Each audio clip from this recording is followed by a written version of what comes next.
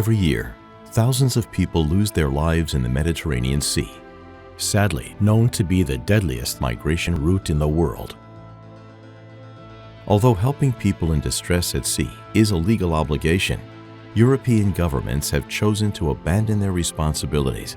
Since 2015, the European Union and its member states stopped deploying dedicated search and rescue operations. As of 2017, they progressively delegated its responsibilities to third countries, such as Libya. This has resulted in a Libyan Coast Guard intercepting boats to stop people from reaching Europe and forcibly returning them to Libya. There, people are detained in deplorable conditions, where violence, humiliation, and extortion are common practices.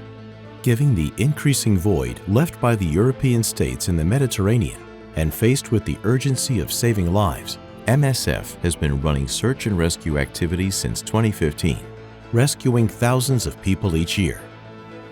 How do search and rescue activities work? MSF crew members use binoculars to identify nearby boats and respond to alerts from aerial assets or the alarm phone, a hotline for people in distress at sea. As soon as a boat is located, the clock starts ticking.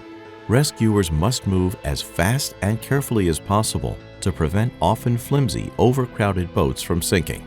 A rescue operation can last between 1 and 10 hours, depending on the weather, the number of people in distress, and the physical and mental state that they are in. Once on board the MSF rescue vessel, the medical team examines everyone. Typically, 30% of survivors are minors and 10% are female.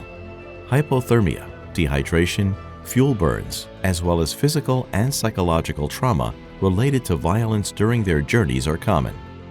The MSF team also arranges for activities to help people reclaim their dignity and a sense of humanity, such as cutting hair, language classes, and cooking sessions.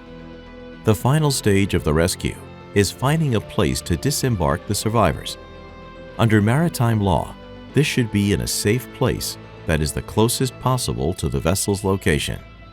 However, it often happens that the European coastal states, mainly Italy and Malta, are reluctant to coordinate rescues with non-governmental organizations, if not deliberately trying to obstruct the civilian life-saving activities at sea. Over the years, European states have used different administrative and legal harassment tactics against humanitarian organizations providing assistance at sea. From making NGOs' vessels wait for days before assigning them a place of safety or sending them to distant ports, to accusing them of criminal activity. Despite the relentless hostile environment in which humanitarian organizations and their vessels operate, and so long as European states deliberately choose to let people drown, MSF remains fully committed to saving lives at sea.